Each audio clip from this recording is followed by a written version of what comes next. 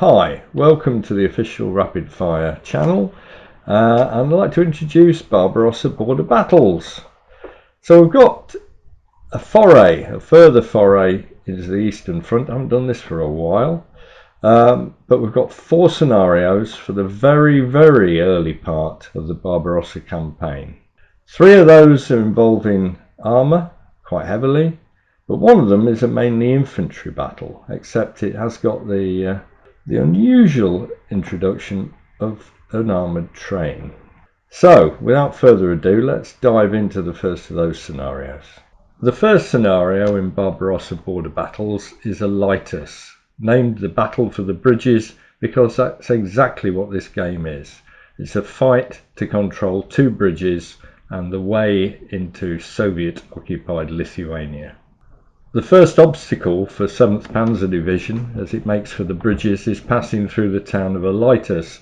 We represent part of that on the tabletop, and here in this picture you can see some of the German vehicles passing through. A mix of artillery, infantry and of course panzers. In the battle, Colonel Rothenberg, commanding 25th Panzer Regiment of the 7th Panzer Division, charged his tanks straight through the middle of Alytus, ignoring any Soviet infantry or occupying the buildings, and made it quite swiftly to the other side. It was only then that they encountered some serious opposition.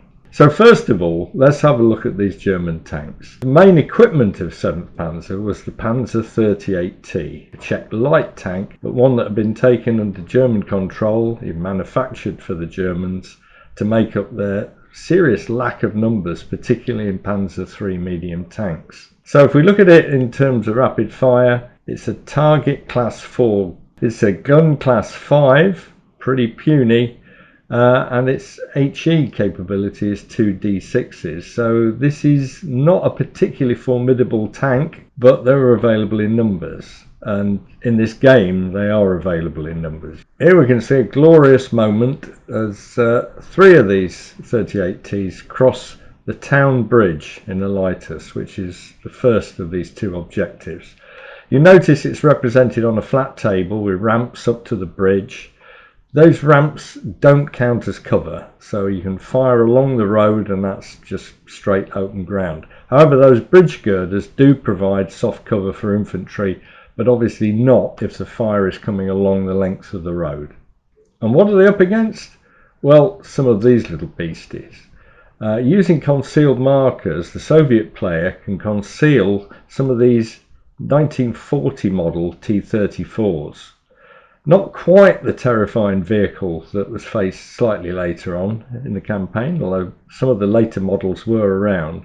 But the 1940 had an L11 gun. So as you'd expect, target class 3, it's got fairly thick and sloped armour. Gun class 4, because it's a much shorter gun than the standard 76.2. And HE, well, it's a 75mm gun, so it's 4d6. These early T-34s were notoriously unreliable. They were new, they'd been issued to crews that were barely trained in them, had very few vehicles available for training and driving, but nevertheless, in a hull down position, as these tanks are, they're very formidable and difficult for the Germans to destroy. Reinforcing those T-34s were a handful of T-28s. Now, the T-34s and these tanks were all from the same tank division, which was part of 3rd Mechanised Corps. The 3rd Mechanised Corps had really got to the dregs of its T-28 stock. These were very old tanks, had been well used, and there were again only a handful of them still available. But nevertheless, in this battle they do storm in as reinforcements. So they are thinly armoured, they're target class 5. They've got a reasonable gun, a short, very short 76.2mm, which is gun class 4, but their HE capability is only 3d6. Ominously, as you can see, the captions pointing out that this is one of the very few surviving T-28s of the 9th Battalion. In fact, there's only one model represented on the table, and as you can see in the background, it's supported by BT-7s. Here we can see a hypothetical clash between the German armour and the T-34s. It might not happen quite like this on your table, but but it will be close-up, difficult stuff for both sides. Obviously the Russians have got an advantage in terms of their armour and their concealment, but the Germans have definitely got numbers on their side. So if you do break through over the Alytus bridge, then there's going to be a tank tussle. The T-28 would be coming in from the right hand side of this picture as a reinforcement with the BT-7s. Leading the German advance to the other bridge, the Kanyukai bridge, are these Panhard 178 armoured cars. Now these are actually French armoured cars that have been captured at the end of the French campaign, and 7th Panzer got quite a number of these, in fact 2 large companies. So we represent those with just 2 armoured cars in this game. You can see one is rigged for wireless. Now here we can see, and this is the player's decision in this particular playtest, a long column of motorcycle infantry. So there's a whole battalion of motorcyclists who are heading for the Kanyukai bridge, the second bridge and the second objective. You can see the armoured cars in this case are following the motorcyclists. Whether that was a good idea, only time would tell. As you can see here, this was a heavily wooded area.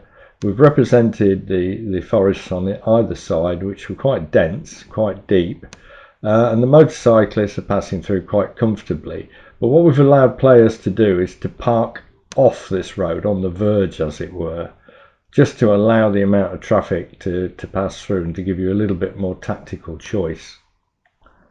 So here we can see that sort of situation developing. We've got a Panzer IV coming up behind one of the armoured cars. We've got clusters of motorcycle infantry who've dismounted. I think we've got an anti-tank gun in there as well, which will be a 37mm. And obviously they're trying to force their way onto the bridge. So what awaited them? Well, it was an ambush. BT-7s had been concealed in high ground amongst the trees overlooking the bridge, and they were the first to open fire as the Germans tried to cross. BT-7s belonged to the 10th Tank Regiment of the 5th Division. Obviously not as formidable as the T-34s, but nevertheless a reasonable tank, very thin armour, target class 5, but then exactly the same as the 38Ts. Gun class 4, HE 3D6. They were, however, fast. We've not gone overboard with air support for any of these 4 scenarios. For the Germans, very similar in fact to the campaign in France, the Stuka played a prominent role. But in Russia, as in France, the HS-123, a supposedly obsolete biplane, but a good ground attack aircraft, came into play. For Alytus, there was a squadron of HS-123 stationed not too far away, so we brought it into this game. So this aircraft has only got light bomb, 4d6, a strafing capability, 4d6. This air support can be brought in on any move that the German player chooses. We've not restricted it particularly, and you can see it here flying over the North Garrison, which is one of the points that the Soviet player may decide to defend. So there we have it, the Alytus scenario, the first of the 4 in the book. One that hinges on the capture of 2 bridges, involves quite a lot of armour, particularly on the German side, but some challenging armour on the Soviet side, and an aim to break through and get the German armour to 2 points on the map.